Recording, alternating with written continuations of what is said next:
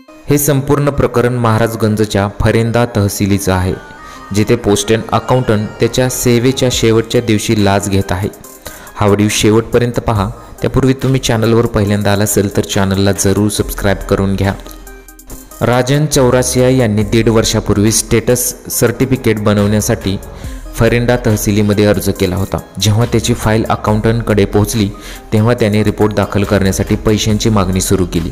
राजन तहसीलीच्या फेऱ्या मारत राहिले, मात्र त्यांचे स्टेटस सर्टिफिकेट होऊ शकले नाही। राजनने सांगितले की मी अकाउंटंटला त्याच्या मागणीनुसार अनेक वेळा थोड्या प्रमाणात पैसे दिले, मात्र दरम्यान त्याने आणखी 5,000 रुपयांची मागणी केली।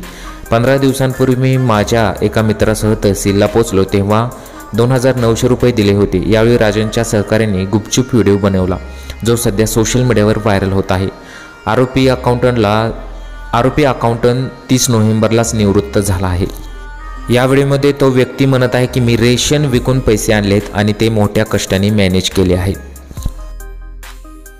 उधार वाली मांग के 3,000 रुपये ला दीजिए, मैं 100 रुपये कम दे राशन उसन बेच के लाएंगे।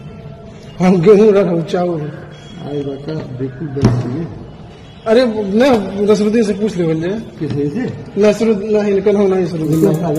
अकाउंटंटचा लाच घेतानाचा व्हिडिओ सध्या व्हायरल होत आहे। ज्या दिवशी अकाउंटंटने लाच घेतली तो दिवस त्याच्या नोकरीचा शेवटचा दिवस होता।